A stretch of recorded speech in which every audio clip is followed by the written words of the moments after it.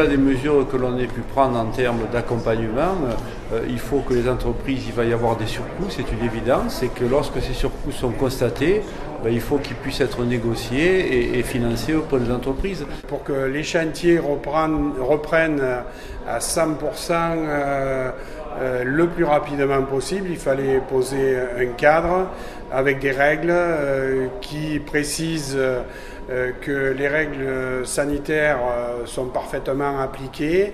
Et puis, il y a des problématiques liées aux nouvelles modalités d'intervention en matière de coactivité qui induisent malheureusement des surcoûts que les entreprises ne peuvent pas assumer. Et donc, il était important que les maîtres d'ouvrage alertés puissent venir nous rejoindre autour d'une table avec toute la maîtrise d'œuvre et que l'analyse de ces surcoûts puisse être faite ensemble et que chacun puisse prendre une part de ces surcoûts, de cette surcharge qui n'est pas tenable que pour seulement les entreprises.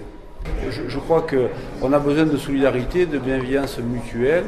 On a besoin au Grand Avignon d'entreprises, d'autant plus que j'ai rappelé que cette année, nous avons encore voté 71 millions d'euros de travaux nouveaux.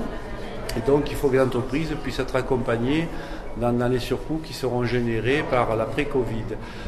Pour autant, ça reste de l'argent public et ça passe toujours par des avenants qui doivent être négociés en commission d'appel d'offres. Les entreprises ont la volonté de reprendre. À peu près 90% des chantiers ont repris. Sur ces 90%, 20% de ces chantiers ont des difficultés et justement la charte que nous venons de signer avec plusieurs grands maîtres d'ouvrage doit permettre d'offrir un cadre qui puisse permettre de pouvoir échanger librement, sereinement et pouvoir reprendre pleinement la production de nos chantiers.